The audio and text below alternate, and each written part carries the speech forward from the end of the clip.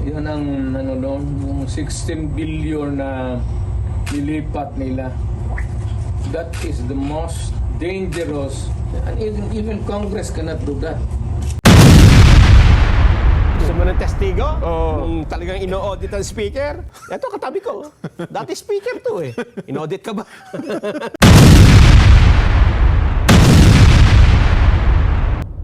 Welcome back po sa Philinfo TV. Pag-uusapan po natin ngayon ang ginawang press conference ni former President Rodrigo Roa Duterte. Hihimay-himayin po yan ng saganang mamamayan. Tutulungan po tayo ni Kajen at ni Canelson. Ito ay matapos maglabas ng statement ang Malacanang na si former President Di Umano ay nanghihikayat na magkaroon ng people power para paalisin ang kasalukuyang presidente. So, wag na po natin patagalin. Ito na po. Sa mga detractors, ano ha? Oh, Pero okay. pakinggan muna natin, ano ba ang panawagan ng dating Pangulong Rodrigo Duterte, digong ho ha, Oh. sa mga kababayang Pilipino sa gitna ng mga pangyayaring ito na yung kanyang anak, Oh. Vice President Inday Sara, Oh. at yung kanyang dating katandem, Oh. Pangulong Bongbong Marcos, ay matindi ang alitan. Nak.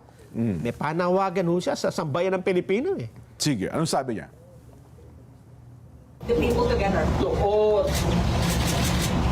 all Filipinos now listening to me, punta kayo kay Marcos lahat. Tignan natin kung anong nangyari. Mga Pilipino, nakikiusap ako. Punta kayo kay Marcos. Kaya, wala, hindi kami nagpapuntis kay Marcos. Never. Wala kaming billion, trillion na nakadeposito sa kung saan ang bangko. Pagpunta. Sa utak lang yan ni Trillanes. So, pinapapunta lang naman pala ni former president ang mga tao sa Malacanang kay presidente. Wala namang sinabi na puntahan ninyo at patalsigin. Ayun, akala ko pa naman ang panawagan ay pumunta ng EDSA. O, kung saan man. Pumunta ng, kasi may mga tao ngayon sa, ano eh, doon sa Kaya, EDSA eh. Ang tingin ko rito, Jen, meron, Iba pala ito. meron siyang tinigil niya eh, no? Oo. Sabi niya, punta kayo lahat. Kanino? Saan? Kay Marcos. Oo. Eh wala, ang problema nasa UAE ngayon ng Pangulong Marcos eh. Baka doon pumunta. Nasa United Arab Emirates ngayon ang Pangulong Bongbong kausap yung presidente ng UAE. Ang sabi ng dating Pangulo, hindi kami nakikipag-contest kay Marcos. Ay, siyempre. Hindi siya nakikipagpaligsahan. Una, bilang dating presidente, ang hirap po makipag-contest sa incumbent dahil nakaupong presidente. Hindi mo kayang tapatan yan. Ano man sabihin mo. Yes. Oh. At eto pa, Jen, may inamin din ng Pangulong Duterte. Ha? Inamin na niya? May inamin po. May binanggit sa mga ito ang Ito, inulog ko to sa helicopter. Oh, ito yung tinepo ko, ito ganyan. Tinepan ko yung muka. Ay, hindi naman yan. Okay. Kasi nagsasabing siguro dapat manawagan na ang dating Pangulo Oho. sa sambayan ng Pilipino. Eh sabi niya, hindi meron akong aaminin sa inyo. Ba? Pakinggan natin ang pag-aamin ho ng dating Pangulong Duterte. Yes. Pag sinabi mo yan, iba yung nangyayari. Pag sinabi mo wala. Wala na. Ang tao, hindi na nakikinig sa akin yan.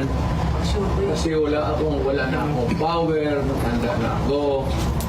Nag-okay na ako, kasi last time ako nagmotor, hindi ko matalaga kaya. 7 months ago, nagmotor ako uli. Kalatag ko man ako ng gusto. Nung natumba ako, may kunting crack na dito, ayaw ko na rin ako. Kaya balitan man ang makeup.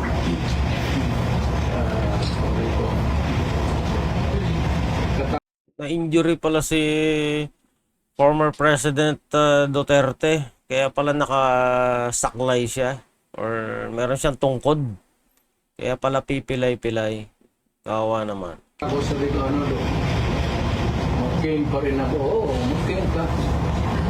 O rin mo, ayun Alam ko, operahin, magkain na lang ko. Sugar cane na lang kaani. Mayor, may... Tumba ako, mga 7 months. Yun, inamin pala ng Pangulo dyan. Kaya pala pag nakikita natin siya, nahihirapang maglakad. Banking, ano? Kumbaga sa Nagbank. banking. Bumangking pala sa motor. Sa Ilocano, banking. Yan, ibig sabihin, tabingi. Kaya bigyan siya ng cane.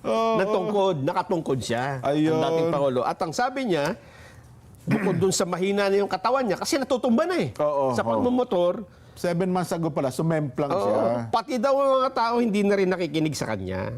Wala na din daw kasi siyang power. Aha. So yung nagsasabing manawagan ng kung ano-ano, Oo. mukhang Sa pagtaya ng dating Pangulo, mukhang hindi na ganun nung siya ay Yes. mga ilang taon na nakalipas. hindi na niya gagawin. Oo. Pero, meron siyang sinabi dyan eh. Nung tinanong, Naku, yun na. nababahala ba? Ano bang tengin niyo dito sa kaso ni Inday Sara? Yan. Kasi sabi kanina may mga balita. Din, nanawagan na yata ng ano? Oo, ng militar, ha? Kup-kurup-kup. Oo. May mga ganun daw. Na mag-aklas na daw yung militar. Oo, may meron ba ganun? Hindi, paligay ko dyan, ewan ko, ha? Pero kayo ang mag-analyze. Oo. Nung tinanong siya kung, anong tingin mo dun sa kaso ni Inday? Oo. Eh, sabi niya, hindi, maliit yan. O, baliwala yan, wala kwenta yan. Una, kaya ni Inday yan. Okay. Kahit anong gawin nila dyan, kaya niya mag-isa yan. So sa pagtaya niya sa kanyang anak. Hindi yan ang binigyang pansin niya sa presscon. Aba. Meron daw mas malaking problema ngayon ng Pilipinas at hindi yan yung kay Inday. Okay. Ano daw yon? Alam niya kasing kayang-kaya ni VP Sara yan eh. Matapang yung ating vice presidente. Hindi nila matitinag ng ganun-ganun lang. Ito. Sige nga. Ang tingin ko ang mas mabigat na problema na dapat malaman ng Pilipino is nag-hemorrhage ang country. Pati yung PhilHealth nga na hindi sa gobyerno, contribution natin yan kasi kung magpa-hospital ka, doon yung may pambayad ka, depende sa category yung rates mo. Kung ibang iyo, dividido ba talaga na full o paglabas mo, wala ka ng bayaran. Yan ang yung 16 billion na nilipat nila. That is the most dangerous, and even Congress cannot do that. Trust fund yun eh. Galing inyo yun. Ako pati akin. Contribution yun natin para pag nagkasakit ka ng cancer, uterus, may pa-opera ka. Ang ating PhilHealth funds natin lahat was about 8.9 billion 89 billion. Of that 89 billion, 27 na lang ang nawala. 27 na lang ang natira. Paano yan? Hindi man maano ng Kongreso. Ang atin is, bakit nila pinakialaman? So, isa pala sa hinayang ni former president yung sa pondo ng PhilHealth. Pinakialaman ng gobyerno, mahigit 89 billion ang kinuha. So, nasa 26 yata. 26 billion na lang natira. Paano nangyari yun eh? Kung tutuusin, napakaliit ng coverage ng PhilHealth. Kapag nagkasakit ka, parang 20% lang ang kaya nilang bayaran. Hindi nga nila may 100%. Kapag kaya na nilang i-provide 100% yung gastos pag na-hospital yung isang member, ayun, pwede na nilang sabihin na sobra-sobra ang pondo at ipamigay sa ibang ahensya. Pero hindi pa rin nila pwedeng ipamigay. Wala daw yun sa batas. Bawal. Tuloy natin. Ayun. Kasi pag sabi mong hemorrhage, hindi maampat na pagdurugo yan eh. Ah, ganun ba yun? Oo. Dok, ganun ba? Baka yung pakonsulta dyan. Yun ang hemorrhage, eh, hindi maampat na pagdurugo. So ang sabi niya, parang Nagbi-bleed yung yung pondo, so labas na labas. dumudugo ang kaba ng bayan. Parang gano'n ang ibigay sabihin. Hinahanap niya kasi nasan yung pondo ng PhilHealth. Oo. Oo nga. Tapos, may malaking pondo. Itanong mo kung anong project ang ginawa. Meron ba? Ay, yun ang sinagot din ng Pangulo yan. Ng dating Pangulo. Sige nga. Pakinggan natin. Na-excite ako dito. Buuin na natin para magkaroon tayo ng pagkaunawa doon sa sinasabing military ko. Kasi dapat mabuo yun natin yung context eh. Yan. Tingnan natin. Sige nga. Ano ba daw yung... ang daming pondo eh. Baka ang daming project. Ang gobyerno na ito, walang project. Walang kanagit ng project. Maintenance na lang. Kasi ayuda ang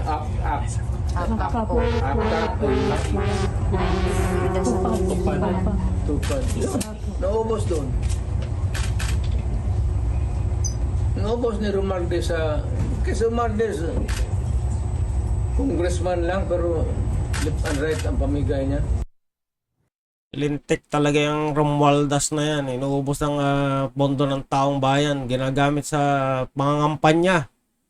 Pangangampanya na yan. Parang meeting the advance na yung setup eh. Ang laki ng stage. Ang daming mga kasama sa kongreso. Sabay namimigay sila ng ayuda. Wala nang pondo ang ating DSWD. Siya naman, pamigay ng ayuda. Ayun. So may pondong malaki, walang project, saan napupunta daw?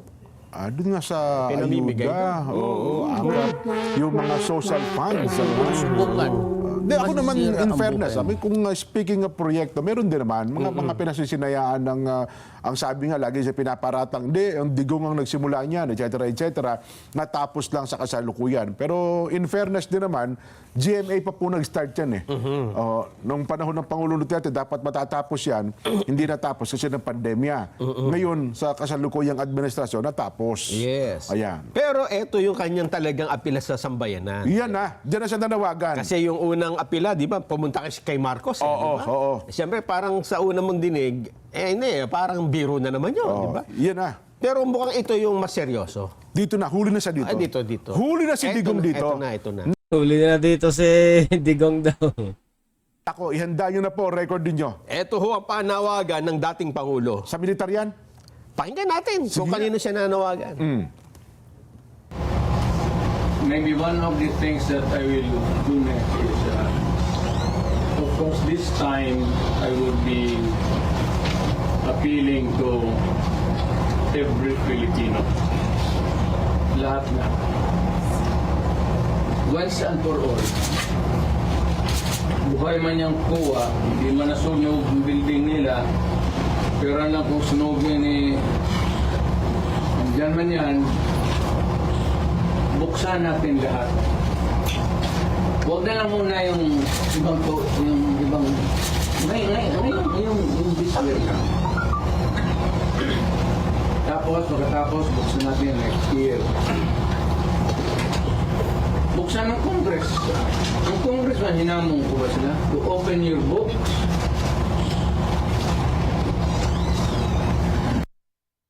Ako, ayan na. Kapag binuksan ng books ng Congress, diyan na magkakaalaman kung paano nila ginagastos yung pera. Nangunguna na dyan yung akap nila. Yung confidential funds, sigurado, nakabulsa yon. Ayun, yun ang kanyang panawagan pala. So buksan ng Commission on Audit ang libro ng iba't ibang ahensya na ng ating pamahalaan. At magkaalaman na kung sino talagang nanguubos ng pondo. Hindi, parang mabigat yan. Nelson. Sa Talagang dami ng binigyan ng notice of NDA ng COA. at talagang magkakaproblema dyan, ha? Alam mo ba kung bakit? Ay, bakit? Ito, pakinggan natin. Kung bakit magkakaproblema kung matutuloy ito. Sige nga. Bakit ba? Pahabol pa. Ang hindi talaga inuulit. Telling telling you now, without batting an eyelash, ang hindi ino-audit, Office of the President, pati Office of the Speaker. Mali lang. Tanong ka ng witness. Sabi ko, speak naman yan. Tanongin mo ba kung may manaklas ba na sabi ko, sira ulo dyan sa audit na mag-audit. Yan ang isang unfair talaga. Hindi ino-audit ang Office of the Vice President. Hindi rin ino-audit ang Congress. Pero ang Vice President, pinag-iinitan at ino-audit. Ayun. Ayun. Sabi niya, mukhang walang si Raul. na mag-audit. Kasi numero unong ano niya, yung number one na ano niya, ebidensya. Oo. Si Speaker Bebot Alvarez, Sabi dating niya, speaker yan. Gusto mo ng testigo? Oo. Yung talagang ino-audit ang speaker? Ito, katabi ko. Dati speaker to eh. In-audit ka ba? Tsaka siya. Presidente siya. Hindi doon pala ino-audit talaga yan. Hindi, kasi talaga yan. Anong tawag natin dyan? Mayroon talagang courtesy yan. May courtesy, lalo halimbawa, yung mga, maging ang tanggapan ng Senate President. Ganun ba? Paano may audit Senate President? At ang alam ko din, hindi rin dapat in-audit yung BP di ba? Well, yun ang tanong nga ng marami. Sa dami, ayun nga pinupunto ng marami ngayon. Sa dami ng binigyan ng notice of disallowance o ano ba yan, ay bakit nakasentro lang sa OBP? Oo. Kaya ngayon ang hamon niya. Kung gusto nyo ng audit, mag-audit tayo lahat. Lahat na. Oo. Nako. Pero eto na, Jen, yung sinasabi natin. Ito Dito na nagka-problema ang dating Pangulo. Nako, lagot pala si former president dito. Mukhang madidemanda. Diyan na. Kasi ito ay sineryoso na rin ng Malacanang to eh. Ayun na nga. Oo, meron ng pahayag ang Malacanang dito, Jen. Ito na yung nananawagan na raw sa militar. Oo. Asan ba? Ano ba? Huli ka na dito, Pangulong Digong. Huli ka na, ha? Tingnan nga natin. Oo. Tingnan natin kung talagang Huli na. nanawagan ng dating Pangulo ng military coup. Oo. Sinabi niya sa militar, mag-aklas na kayo. Oo. Tingnan natin. Tumalikod na kayo sa ang tagyan sa Chief Executive. Mayroon ba ganon? Tingnan natin. Sige nga. Ito ang pakinggan natin ng word for word. Yan. At makikita natin kung talagang meron ng gano'n. Kasi may statement na dyan ng Malacanang. ha? Oo. Yan. Sige nga. There is a fracture in the governance sa ating Pilipinas ngayon. Walang makakorek niyan. Nobody can correct Marcos. Nobody can correct Romualdez. Nobody can... it's a long process mapapil sa Supreme Court. Unless you... Dila ka ng kaso doon, matagalan yan. Next year pa yan. So if you want a redress of grievance, there is no urgent remedy. So it is only the military who says. Kaya ang sabihin ko, Presidente ako, kita ko ang sitwasyon. Kung gano'n rin ang Presidente na in face of so many errors there, tupak-tupak na ng hanggang nagkaroon ng breakage, fracture sa government. It is only the military lang correct. Ayun. Hiniling niya sa militar na protektahan ang konstitusyon dahil daw sa tinatawag na fractured governance. Hindi, actually, wala naman siya hinihiling eh. Oho. Akin daw, pinakinggan ko to eh. Oho. Inisa-isa ko to. Walang inaano lang niya. Nabahala sila. Kung gusto nila na ganito ang takbo, yan ang posisyon ng AFP. Parang may naggit pa siya kagabi na parang kanya ko, ayaw ko ng kudita niya. Ayaw niya. Ayaw ko niya kasi magmuluan niya. Sinabi nga, reporter, pag sinulat mo ito, isama mo yung tanong mo, ha? Oo. Kasi hindi ako dyan sa hunta-hunta. Ayaw ko niyan. Parang sinasabi niya. Ito lang, sinasabi ko, ito ang solusyon. Oho. Diba? Kung ito ay gagawin ng militar, nasa kanila. Oho. Oo. Pero para siya, dating Pangulo, Oo. ay mananawagan para sa militar na tumalikod. Hindi niya ginawa. Hindi. Kasi nga, meron tayong pauna, di ba? Oho. Nauna, sinabi niya, mga tao, doon kayo kay Marcos pumunta. Pangalawa, mahina na ako, hindi na nakikinig ang tao sa akin. Oo. Natumba nga ako sa motor eh. Oo. Nakatungkod na nga ako eh. Yan. At tapos sinabi niya, ang problema natin dito, yung mga pondo, nawawala kung saan nilagay. Yung Oho. PhilHealth. Meron pa siyang sa Maharlika Fund. Binanggit din niya yan eh. Oho. Tapos nauwi na rito. So ano ang remedyo? Ang Yan. remedyo dito, pwedeng sa Supreme Court, pero matagal. Kasi Ayun. daw marami nang nababiolate na karapatan eh. Ha? Oho. Oho. Pero may mas mabilis kung militar. Sabi niya, yung fractured na government. Pero kung titingnan mo, siya ba ay nananawagan? Hindi, sinabi lang niya yung mga possibility. Ayun. So, Sinabi niya lang yung options sa military, kung ano yung pwede nilang gawin kapag fractured na yung governance. ilatag niya yung mga options. At ang sabi niya, Oo. bahala sila kung gusto nila sumunod sa presidenteng tut-tut. Ayun. Oho. So, kakasuhan ko yan. Sino? Ang Pangulo. Trillanes. Hindi, baka ganun ang pagkakaintindi ng iba, di ba? Mukhang yan nga ang nangyari dyan. Ha? Wala pa siyang wala pa siyang panawagan letra por letra na binanggit niya yung pulis at yung militar? Wala. Wala ba doon sa buong press room kahapon? Kaya nga ikaw dyan, kaya ko nga pinarinig sa inyo yung introduction, yung pauna, para makita mo kung ano ang sitwasyon ng dating presidente. Oho. Una, naniniwala siya na mahina na yung kanyang katawan.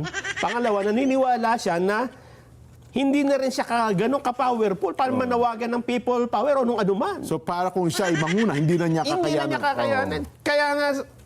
Kaya nga niya sinabi na doon kayo pumunta kay Marcos, wag sa akin. Oho. Hindi kami nakikipag-contest sa kanya. Tapos nilatag lang niya, may problema tayo. Kung gustong solusyonan niya ng militar, nasa kanila na yan. Ako naman, baka pwedeng wag na militar ang solusyon. Baka pwede na ako makasolusyon dyan. Pwede nga. Oo. Hindi ka nga... Pero ito ang sabi ng Malacanang Jen. Ayun ang reaksyon. Sige. Ito yung reaksyon. Tignan natin kung ano naging reaksyon ng Malacanang ukol sa bagay na Hindi yan. ko lang kasi alam kung... Seryoso din kasi Iba yan, kasi ang tingin nila dun sa... Yung perspektibo nila, baka iba ang pagkakabasa nila. Sabi ko nga kanina, Nelson, sabi sa Amerika, sapagkat isang araw at kalahati ako sa Amerika, alam mo naman tayo, tubod dyan ako lumaki eh. Read between the lines. Yun. Read between the lines yan ang ginawa nila. So binigyan nila ng kahulugan yung hindi naman sinasabi ng dating Pangulo. Ay, sige nga, ano sinabi niya? Ang sabi po ng Malacanang, ito po ay pahayag ni Executive Secretary Lucas Bersamin. No motive is more selfish than calling for a sitting president to be overthrown Ayun. so that your daughter can take over. So ang kanyang pananaw doon sa sinabi ng dating Pangulo, patalsikin ng presidente. Ang incumbent, si Incumbent. dating Pangulong Bongbong, Yes. para makinabang daw ay ang kanyang anak, si Inday Sara bilang pangalawang Pangulo. Eto pa, Succession. dagdag pa niya. And he Ang sinasabi lang naman ni former president, ang mga mamamayan daw, puntahan si Marcos, itanong kung nasan yung mga pinagbilan ng ginto, nasan yung pondo ng PhilHealth. will go to great and evil lengths such as insulting our professional armed forces by asking them to betray their oath for his plan to succeed. Oo. Ayun. Ewan ko kung pag pinaulit-ulit mo yung sinabi ng presidente, kasi kung merong ganon, makikita nung nag-e-edit ng video yan, di ba? At yun ang ilalabas. Kasi kung tatranscribe mo, di ba? Itatranscribe mo. Lilitaw. Kasi word for word, meron naman check, may mga gumagawa niyan sa Malacanang, sa AFP, sa military, sa intelligence community. Ito lang programa natin eh. Alam mo bang nakita sa iba daw, ganyan nakalakapal yung natin? Transcript ng sa ganang mamamayan. Diyan sa Barjaga, sa Lubao, kung sino-sino. Sabi, wala man lang tayo makuha sa dalawang kamoting kahoy na ito. Hindi, pero balikan pa natin. Palabas mo nga ulit sa screen. Mayroon pa siya mga binanggit, doon sa ikatlong para po, Ayan, no? Yung Tagalog. nakakagulat ang garapalang panawagan ni dating Pangulong Duterte sa ating sadatahang lakas na maglunsad ng kudita. Aba, wala namang sinabing maglunsad ng kudita. Ano ba naman itong Malacanang? Laban kay Pangulong Ferdinand R. Marcos Jr. De sana kinote nila kung ano yung panawagan na yun. Di ba? Oo nga. Talaga, ito po yung quote ng dating presidente. Oho, ito po yung kanyang boses. Gaya ng pinarinig natin. This administration will not shirk from its sworn duty to govern and manage the affairs of the Filipino nation according to the Constitution and the rule of law. It will defend its legacy before the Filipino people only by lawful means. The state will act resolutely to go against all unlawful attempts and challenges. Hindi katanggap-tanggap ang marahas na pang-aagaw ng kapangyarihan upang madaling maluklok bilang Pangulo sa pamamagitan ng pagpaslang, panggugulo at pag-aalsa. Maghintay kayo sa tamang panahon, sumunod sa tamang pamamaraan. Lucas P. Bersamin, Executive Secretary. Nako, mukhang delikado itong sinasabi ng Malacanang na to Sa tingin ko, mind conditioning ito. Sinasabi nila ngayon na si former President Rodrigo Roa Duterte, inuutusan niya ang militar para mag-kudita. Sa tingin ko, gusto lang nilang i-justify yung ihahain nilang kaso or the worst, baka ipa-arresto itong si former president. So, kailangan bantayan natin ito. Baka naman kako ibang tape yung napakinggan, hindi kaya yung kasi ako ilang beses ko binanggit narinig kagabi, sinabi talaga ni Digong, ayaw ko ng kudita, hindi Tsaka ko. pinapalinaw talaga niya yun. Tinatanong siya, ano ba ito? Military junta? Meron mga nagtatanong na gano'n, junta ba ito? Hindi junta-junta. Ang sinasabi ko lang, ito ang solusyon. Kung gusto nilang pero kung gusto nilang sumunod sa, hindi na nga natin isinama yan kasi masakit sa tenga Diba? Kung gusto nila sumunod sa ganitong presidente, Di na sa kanila. nasa kanila. So wala, ang sinasabi lang niya, ito ang pwedeng umakto ang militar dito. Pero hindi siya nananawagan. Wala akong narinig na, mga militar, alam niyo na gagawin niyo. Wala ganun. Demanda ko yan. Si Lucas Bersamin. Para liwanagin niya, patatawag natin sa NBI yan. Para hindi na siya pangulo ngayon Sabagay, hindi na siya immune sa anumang. Wala naman siguro magiging masama kung ginoong pangulo, liwanagin niyo nga ito kasi sa press ko niyo po ito sinabi. Di ba? Yan, doon naman dyan. Malinaw, napakalinaw Ganun ba? Diba? Kaya nga yung sa simula pala, sinabi na niya kahinaan niya. Ikaw ba nga dyan, halimbawa, ikaw ay mananawagan ng junta. Gusto mong, siyempre, kung mananawag ka nga, gusto mong susunod sa'yo, di ba? Siyempre, ikaw dapat nang nauna doon. Gusto mong i-encourage isang militar na mag-aklas, dapat ipakita mo, number one, ikaw ay kapanipaniwala at ikaw ay malakas, di ba? Ang problema, nasa harap ka, tapos nakatungkod, tapos babangking-bangking. Sinabi niya, mahina ako Ako, mahina. Lahat na ng pwede mong gawin na wag siyang suportahan, inuna niya di ba? Tapos sa bandang huli, pagbibintangan mo siya na mangunguna siya dun sa military ko. Na hinihikay niya. Ako, hindi ko maintindihan kung saan nakuha ni Lucas, hindi pala, Executive Secretary Lucas Bersamin. o kaya ni Jomar Canlas, baka si Jomar Canlas lang na nagsulat yan Ako naman siguro, Justice ko, Jomar Canlas bilang isang mamamahayag alam na alam baka naman si Cesar Chavez ang nakinig dun sa Hindi ako magdududa. Parang lumalabas na nagiging exaggerated or nag-overreaction itong Malacanang. Kumbaga, mema lang. May masabi lang. Pero kung di magbabago ang kasalukuyan ng gobyerno sa ginagawa nila, hindi malayo. Baka maulit yung nangyari sa tatay niya. Iba kapag taong bayan na nagalit. Kaya kayo dyan, yung mga congressman dyan, magbago na kayo. Hindi pang habang panahon diyang ngagba na leader. Nandyan nakaupo. Kasama na yung Romualdez na yan. Within overnight, pwede mapalitan siya bilang House Speaker.